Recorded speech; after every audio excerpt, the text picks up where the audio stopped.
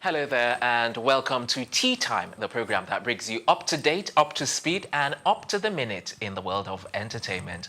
It's the morning edition and I'm Tokumbo Taiwo. As always, I'm not alone. Here with me in the studio are my co-anchors Elsie Godwin and Ife Oshunkeye. Hi guys. Good morning, sir. Good morning, sir. Good morning, daddies. Good morning.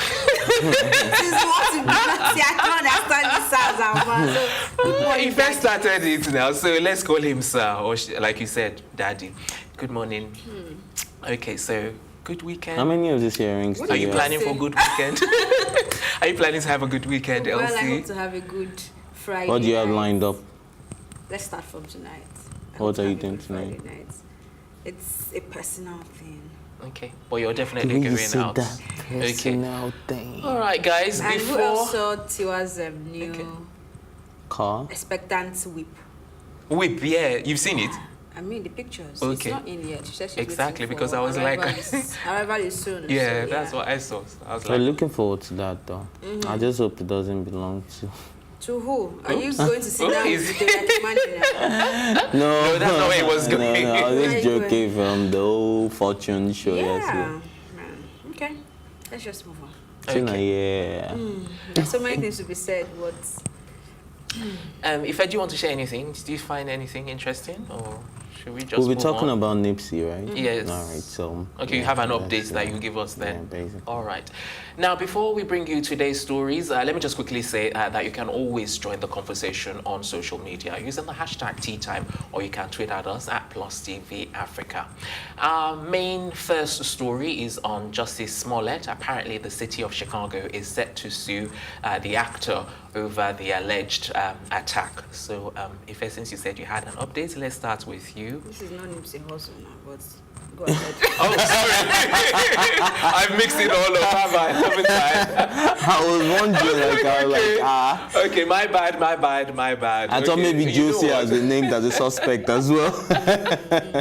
My bad. I was mixing the two stories together. Yeah. In that case, let's go to Elsie, maybe. No, he's been very passionate About the two this, stories. Yeah, maybe that was why the confusion took place, because I was like linking his Well, passion. I think Jussie should just pay this fee, because compared to what it was supposed to face, this is just like a tip of the iceberg and something he should just be able to part away with, even though a lot of people are saying for him to prove his innocence, he doesn't have to pay That's this the fee. thing. And he's been saying he's been maintaining the innocence right from the beginning. That's the thing. But well, his deadline passed yesterday, so well, it's over $130,000. So to me, I just feel to just get over it with all of this. Just pay, because he can actually afford it. I think if he pays, then it's a sign of guilt. A sign of I'm guilty. Yes. There is no. Who cares? But it's not like he's going to be jailed. I don't care. You care, right? It's part of it. It will affect his integrity. Yes, because from day one he has maintained his innocence. If he pays this money now, it's evidence that there's something. It's probably going to be worse for him. If he doesn't pay, because a new Chicago mayor has been sworn in. She was sworn in yesterday. And she was elected yesterday. Okay. And on Wednesday, and then she'll be sworn in on May 20th. Okay. And she's the first black female mayor of Chicago and the first gay mayor of Chicago, because she celebrated with her wife and her daughter. So, and this woman is saying basically what the former mayor said, that they shouldn't be giving preference to people with fame and with people with fame and wealth compared to other people which is talking about preference, right? Since we all talk about preference, you asking him to pay for this right now, after this whole charge, I know there is the personal anger and all that, but you asking him to pay when you won't ask a normal person to pay this fee. Exactly. Why would you? It's also preferential. Treating him no. Why would let's not talk about preferential. Police are not even supposed to say, because for every case they always investigate and they don't go back and say the charge is paid. And she's also saying, Donald Trump is looking into this, the FBI, they're looking into this. I think I'm more interested in the result of all the so we haven't haven't heard pay for anything from their own side about the investigation, which is still ongoing. So I'm sure more will still come out from this case. But at the end of the day, the 110, maybe that's why they're stalling anyways, because if Donald Trump didn't say, okay, let's go back and look and review this case, maybe they would have paid up just to get the case over with. You see, I understand everything you're saying, but I want you to also look at it that, you know, for every case that goes to the police, you know, when a case, because the police, they waste a lot of their time when they've investigated and only, I'm saying like a normal kind of case. Let's even leave Jussie's story aside. This is a normal case. It's just the person involved that's different. That is different. Okay. Yeah, so all right. So no, because I want Ife to properly get it. Like, let's use the everyday person. They waste a lot of time and then discover that this person is guilty, or in some cases not guilty. They don't go back to the other person to say, okay, all the money we've wasted for the investigation. Don't say that categorically, because don't say that categorically. From their own mistake. I mean, they granted a press conference. How many times did they grant a press conference? Which means they're even capitalizing on the fact that it's Jussie Smollett on his celebrity, so let's not even talk about professional. But let me hear what Ife has to say, because he's saying if they want their money back, we can't generalize it. The fact that you don't hear about ordinary people which after their investigation, they're telling them, okay, you need to pay for the money for investigation. Because they're ordinary people, you do not hear about it. And it's because are not criminal. And it's because it's Jussie. No, they are not investigative detectives now. They are not private. They are owned by the government. The police work for the government. You're not getting my point. You're talking about the everyday person, right, who has been tried, and you are saying that they do not ask them to pay. You can't say that for a fact unless you are showing me evidence or you are showing me precedents that, look, this is what has happened in the past. This ordinary person was found, all the charges were dropped, and then the Chicago police did not ask them. That's not what I'm saying. It's not the cases of them dropped. I am talking about during normal, everyday police work. There are times where they spend resources, they spend money, are you going to give me a precedence of a case where charges were dropped and the person... What I'm saying is not even the charges being dropped. Where charges were dropped and they still reckon, okay, I think this person is guilty, and then they ask you to pay for overtime. If you can give me a precedence of where it happened to a regular, everyday individual, and the person wasn't asked to pay. We don't know about it. Exactly, we do not know about it because we call them. I'm not saying I know a case. Because I'm not even saying until we found somebody guilty. I am saying under normal circumstances, when they investigate cases. The only reason they're asking Jussie to pay this money is because they feel he is guilty, and they have wasted their time to investigate. Yes. So if he pays this money, it's just going to say he is guilty. I am asking you guys. I hear you, and I totally understand where you guys are coming from. But I'm saying, if you can give me one precedent or one case where a regular, everyday person, which they thought was that's guilty, not the source of our argument. That's not the source of our argument. That's what I'm saying. And then you can't. Then do not generalize it. No. I'm saying that's not the source of our argument. Juicy. You are saying something different. That's what I'm saying. You're not even understand. I don't think you guys understand where I'm coming from. And it's possible. We understand where you're coming from, but you're not understanding. I understand what you're saying. Well, maybe it's possible I do not understand where you guys are coming from. Let's leave it there. Let's leave it there. I don't understand them. Okay, let's leave it there. We need to go on a break. When we come back, I will continue to discuss, dissect, argue, and deliberate on the main entertainment headlines. We'll be right back.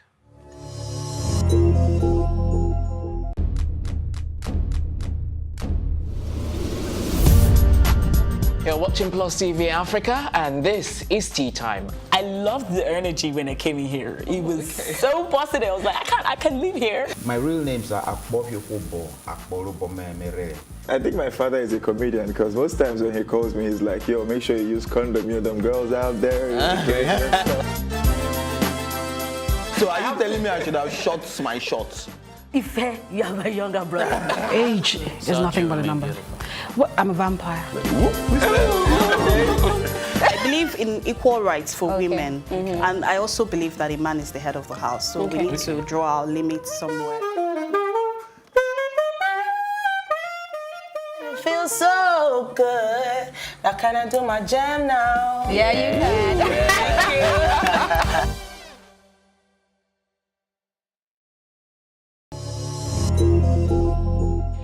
Welcome back from that quick break. It's the morning edition of Tea Time, and if you're just joining us, we're about to bring you our next story. Nipsey Hussle, the Nipsey Hussle story regarding the suspects that was charged. Holder, he has been charged. Well, Holder was charged with murder bond set at $5 million. I don't know why I was like, sorry. You obviously can't be. So that guy is going to be just stayed there just and stayed rot there for whatever they think you did. I mean, because he's only required to pay $50,000 though. But you guys just... Where is he going to get it from? Still. Okay, let's just even look on the other side. Let's just say for 1 second he's not guilty. Do you think there's a possibility, Ife? Well, if he's not guilty, and they will definitely not have enough to convict him, right? So we'll see. I mean, in murder case, it's not just a case of, oh, I think you shot him or you said you shot him. There has to be evidence, exactly. right? I don't understand why we would even think he is not guilty, because there will be surveillance footages showing him. There were what's it called, a witness who the woman who turned herself in, who said, oh, she didn't know what he did. So there's no question about whether he's guilty unless he has a very, very good lawyer that will come up with a theory. And I don't know if anybody, any lawyer would take his case. No, he has a lawyer already. He has a lawyer already. Of course, there will be people. Lawyer. Yeah, no, come on, man. No, but we don't know whether it was given to him. I mean, everybody gets a lawyer. We don't know maybe it was given to him by, maybe it was a federal prosecutor. I think he would have his something. own lawyer if he wants to get himself out of this. So and then I don't know if you guys saw the picture of Nipsey and the alleged killer in a group picture. Yeah, it's been making the rounds on social media. Everyone has been posting everybody in your it. corner is not your friend and all of that. So they actually gang. They're from the same gang. They've known each other. The thing is, Nipsey figured he was a snitch, and he was like, have you spoken to the cops in the past? And that was what caused the argument. And he felt insulted that Nipsey was calling him a snitch, because over there, with their culture, being a snitch is a very terrible. Yeah, it's a terrible thing. Like, especially on the street, if you're a snitch, you're seen as a rat, and they feel they should just. And I think it happens everywhere, not just in gangs, even in corporate. Yeah, the life. update I was going to bring about this case was that the guy apparently that Nipsey was with, and he was shot with as well, that is being treated in the hospital, is actually an ex-con that had spent 20 years in jail. Wow. And the reason why Nipsey was alone without his security details, they said the security details did not know he left the house that morning, because his friend, his longtime friend that had spent 20 years in jail, just came out, and then he took him to his own clothing store to go and get him new clothes and fix him up so that his family can see him well-dressed and looking nicely. So he was actually performing a good deed when he was killed. So that is just a very sad twist to the story, that imagine he was just going out to help a friend and he got killed. And that friend also just got out of jail and got shot in the process. It's just like, what type of world are we living in where you can't even be good, where you can't even just get out of incarceration and just be free again? You know, the violence really has to stop. It does have to stop. I mean, his death is one that has gotten everybody sad. I mean, even if you don't know him, all you just have to do is to read up what he has done and what he's using his platforms to do. Even his own money that he can claim, oh, let me just spend my money myself. He just decides to, like, imagine what Ife just talked about. Like, he's just that kind of guy, and it's so unfortunate that we lost him. But my question is, how is this Eric Holder guy getting 4-count charge and Jussie getting 16-count charge? That's why I said it was overkill from the get-go. I've always said Jussie's case is overkill. Don't say that. 16-count charge, that some of them are felonies and some of them are misdemeanors. Do you understand? But in this case, all the charges are felonies. Jussie was only going to face about 30 to 70 years in jail or thereabout. I like how you said just about. That's like how old is supposed to live? No, I'm just saying just about 30 to 70 years compared to a life sentence. This guy is facing life sentence. A felon with a possession of a firearm, murder in the first degree, and then 2 counts of attempted murder. Those are not small charges against one person. So compared to the 16, come on, it's a overkill for Eric Holder. No, it's not even no, I'm just saying it like compared to the 16 count we're trying to put it against, there's no competition, there's no comparison over there, trust me. Okay, well, you know I'm not a lawyer. See, you don't have to be a lawyer.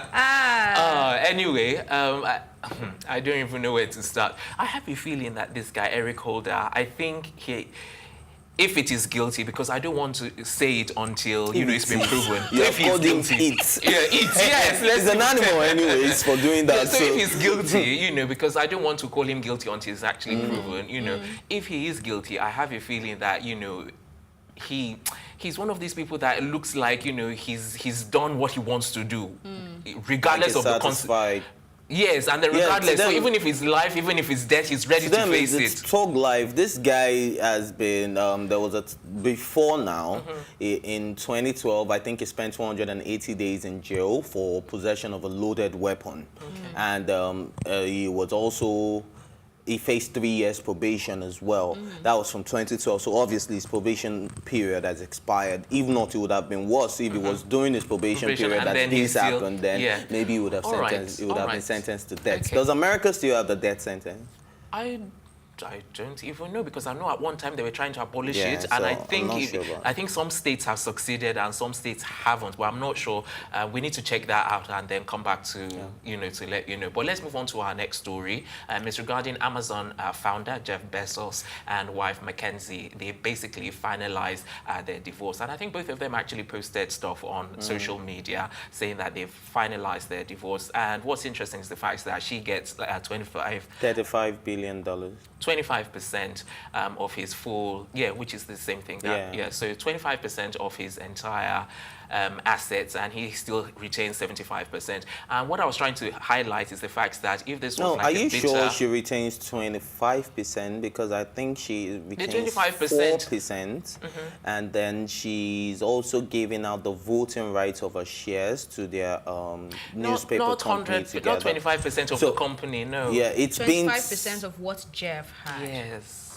Oh, no. Yes, no. not of the company. Not of the company, of what Jeff has. Everything that has, yes. Okay, because when they put Jeff's together, they put together all the businesses it runs, including the newspaper Washington Post that they own together. And she's giving out voting rights to that company as well. Because, so I just figured that, okay, they have to be other shareholders. So I think she's only taking 4%. And then the one that goes to the other shareholders. No, the 4% is hers. He still retains 12%.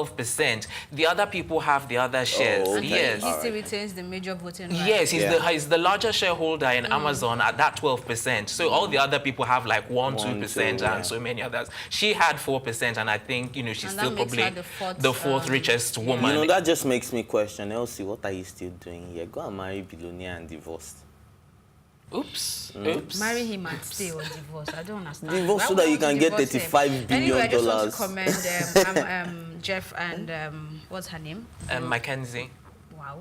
Okay. I just want to commend both of them. I mean, we see. I know there is no easy divorce. Whatever it is they are going through, they are able to keep that aside and reason from the business angle, not even rationally, because if you decide to try to break down Jeff and say you want to take everything or the whole shares he has in Amazon, you get to a situation whereby you now keep his voting rights shaky, and then at the end of the day you're almost going to lose everything you guys have built from scratch, right? Yeah. So this is a case of win-win. Everybody's matured about it. Sometimes I'm wondering, why is this thing? Why would she even complain? This is going to make her the third richest woman in the world. You are saying why would she complain? But there are people that that would have been like, no, 50-50. That's why I even said, now you're looking at it from the business angle. I'm looking at it from the business angle. I'm looking at it from the rational angle, because every rational human being will be like, what? I'm going to be the third richest woman in the world. She wouldn't have even known that she would have still been the third woman. Calls it their company. So it's not a case of they started it together. And she came in. She was one of his first employees. Exactly. So it's a case of she is very understanding. understanding. She knows this is a business. Yeah, she's a businesswoman. Yes. And I respect her for that. In fact, and she knows how to manage money. They've managed money over time. And he also acknowledged that she's a great businesswoman and he will keep learning from her. And I mean, I admire people who do not bring emotions for me, in this relationship... Like Tonto Dikeh and Churchill. I was going to I thought we were supposed to talk about them too. Yeah, we'll get there. But that's if we have the time. But, okay. I mean, people need to learn from this. Okay. All right, let's go on a quick... let's go on a break quickly before we run out of time to discuss Tonto Dikeh. We'll bring you one more story when we come back. We'll be right back.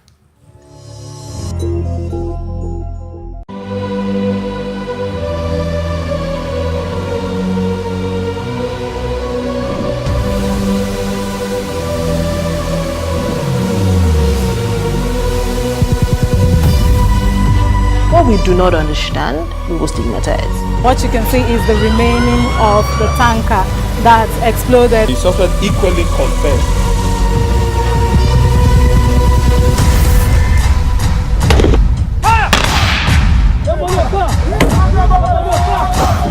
A 500 naira they collect them. If you no talk, then go beat you. Now 2,500 they pay.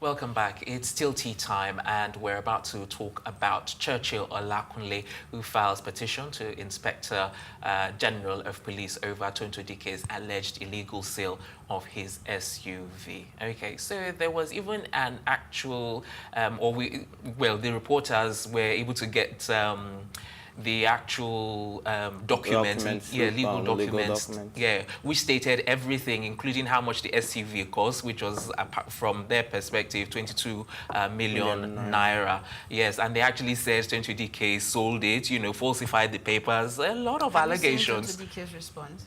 I've not seen it, to tell us the update. Responded. Okay, because she's so quick. It's a second-hand SUV that couldn't have been able to that was worth 22 million, and that this goes to show that she wasn't lying when she said he didn't buy her any car. There was, when they were having their back and forth, she came out to say he never bought her anything, that she posted the car to make her feel, or is it to boost his profile? Or his something like that. That's what she said. Or something. Okay. Well, that's what she said, to boost his profile, and that's just making me think. I think Tonto Dikeh's mindset is also problematic. Problematic. To me, I mean, this is my opinion. I mean, you're married to a man, and he has a business. These things, you see rich people and you think, oh, because he's the chairman of the company or the CEO of the company, he has millions lying down somewhere to spend, or because they tell you somebody is worth 20 million, for example, you think that 20 million is in cash for him to just start spending. That's not how it works. Which means she went into the relationship with a wrong mindset. You invest money and then you get it back. Whatever you're getting back is what you're probably spending, right? So if I'm married to somebody and then he says he got this SUV for family use for all of us, right? It was even charity initially. Why are you bothered about the fact that the car was not bought in your name? And I mean, we're not the one who told you to come on social media to tell us he bought you a car. It's your decision to make. And the documents and she posted it as well then. The document we saw, he didn't lie to say, oh, I bought it for her. He's just trying to make sure, in case that SUV is used for robbery or anything, nobody's going to Elsie, we're running out of time, so let me hear Ife before we wrap up. My own take for this matter be say, why you guys laughing? Go ahead, sustain it. Be say, make Tonto Dikeh just forget all this back and forth. And as Churchill don't talk, in talk saying no they interested for the motor. Say wetin consign am right now na say in case them go use this car for anything with the illegal or anything, saying just want to make sure say the police people they aware of the matter. Say no being get the motor again. Say so Tonto Dikeh don't go sell am. So no, in hand don't come out. He don't wash in hand come out. So this guy said no they even fight Tonto. So make Tonto just calm down. She don't sell the motor. You don't want the motor. You know be like Semaya where they collect in car. Whether anyone he no wants, he don't go. Okay, all right. Thank you very much, Ife. If you're waiting for me to end the program in Pidgin, you'll be waiting a long time. On that note, we're going to wrap up the show this morning. Join us later this afternoon for more entertainment stories. But before then, a big thank you, as always, to my co-anchors, Elsie and Ife, not forgetting the entire production team, and our group of stylists as well, Kudis Empire and Liz Harrison. Until next time, I'm Tokumbo Taiwo saying thanks for watching.